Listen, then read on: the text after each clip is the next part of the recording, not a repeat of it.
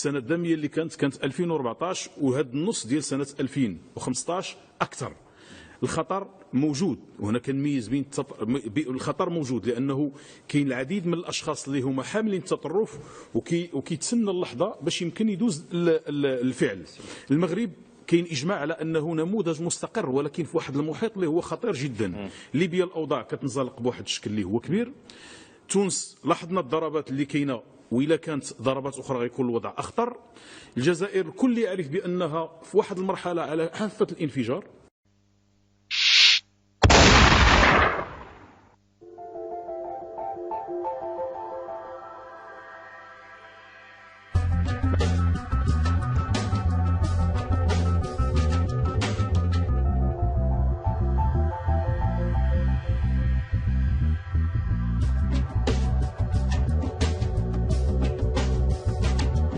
هذه باش نكونوا واضحين.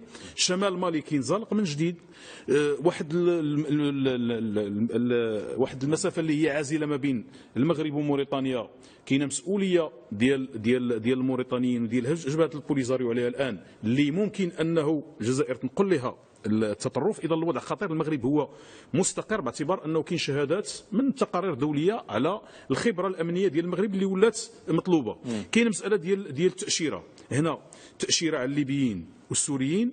هذه مساله اعتقد بانه قرار سيادي ديال الدوله. وغنعطي مثال بسيط. كاينه دوله الجاره ديالنا اللي هي الجزائر، هذه اللي خطيره جدا، فرضت تاشيره على المواطنين ديالها. هذا راه غير 4 ايام ولا 5 ايام. لاحظ معايا، دوله فرضات تاشيره على المواطنين ديالها اللي عندهم حاملين الجنسيتين.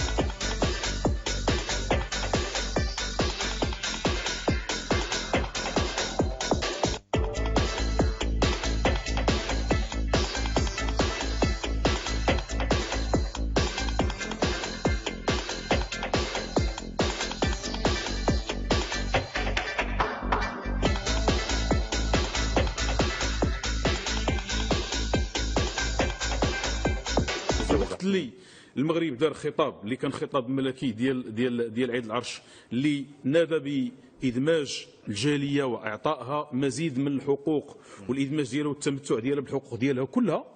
فالجزائر دارت مسألة أخرى اللي هي خطيرة جدا، وهي أنها فرضت تأشيرة، بمعنى كتخاف من بمعنى خايفة من المواطنين ديالها. إذا احنا بالنسبة لنا الليبيين كيشكلوا خطر. الدليل على ذلك أنه العديد من جوازات السفر اللي تعطات في المرحلة ديال الحكومة ديال المؤتمر الوطني كتدخل، بمعنى أنه كاين اللي هما أجانب كيمكن يجيك تونسي، كيمكن يجيك سوري، وربما اللي وقعت الاعتقالات ديالهم كيدخل جواز سفر مزور، على اعتبار أنه جوازات السفر اللي كتجي اللي مازال موجودة في ليبيا وفي الجزائر وحتى في تونس ماشي بيومتريه، بمعنى سهله انها تزور.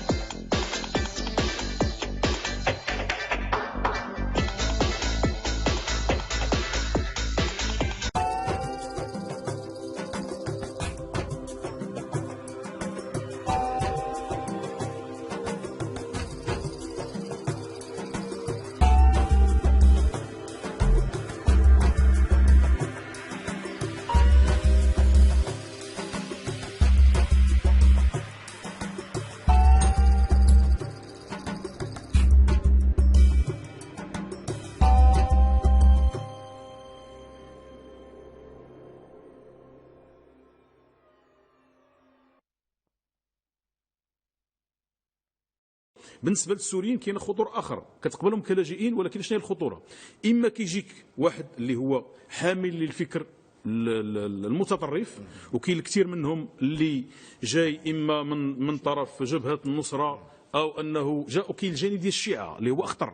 الكثير منهم اللي جاء وبدا كينشر المساله ديال التشيع. وهنا التشيع هنا راه الارقام مخيفه، كاينه في الجزائر، كاينه في تونس، كاينه في ليبيا، كاينه في موريتانيا، كاينه في السنغال، يعني ارقام مخيفه كيلعبوا هذا الدور هذا. اذا انت كتستضفك دوله بمعنى انه خصك تحترم القوانين. هنا لاحظتوا في الخطاب الملكي احترام المذهب السني، لانه الان كيعرفوا بان المغرب كاين في هذه المرحله كاين صراع جيوديني مع ايران، مع كل حامل الفكر اللي هو هذا المذهب اللي هو الشيعي. كاين هذا الصراع على ان المغرب هو اللي كيلعب الدور ديال التوازن، وهذا باعترافات الاوروبيين وحتى الامريكيين. اذا هنا الخطر متزايد، لهذا كاينه دعوه ديال مواجهه التطرف والمقاربه باش تكون مقاربه تشاركيه. المسؤوليه ديال الجميع، بمعنى انها مسؤوليه ديال الجميع، لان الامر كيتعلق بامن ديال الدوله، انها خصها تحافظ على النموذج اللي هو ديال الاستقرار. والمخاطر كنقول بانها مرتفعه، خاصه التي تاتي عبر الحدود. لهذا مثلا كنظن بانه الان ما بقاش عندنا هذا المطلب، لانه ولا خطير طالب مثلا الجزائر تقول فتحوا الحدود، لان غيجي كاع الخطر منها.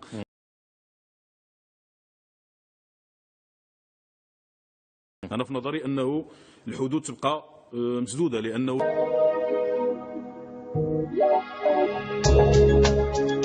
دولة مثلا الان اللي هي كترفض الدخول ديال الناس ديالها، ما بقى معنى لانه كاين مطلب انه خصنا نفكروا، وانا كنطرحها نفكروا من اللي دارت الجزائر هذه الصيغه. هنا مؤشر الخطر مرتفع، خصنا نفكروا في التاشيره على الجزائر. خصنا كفاح كبير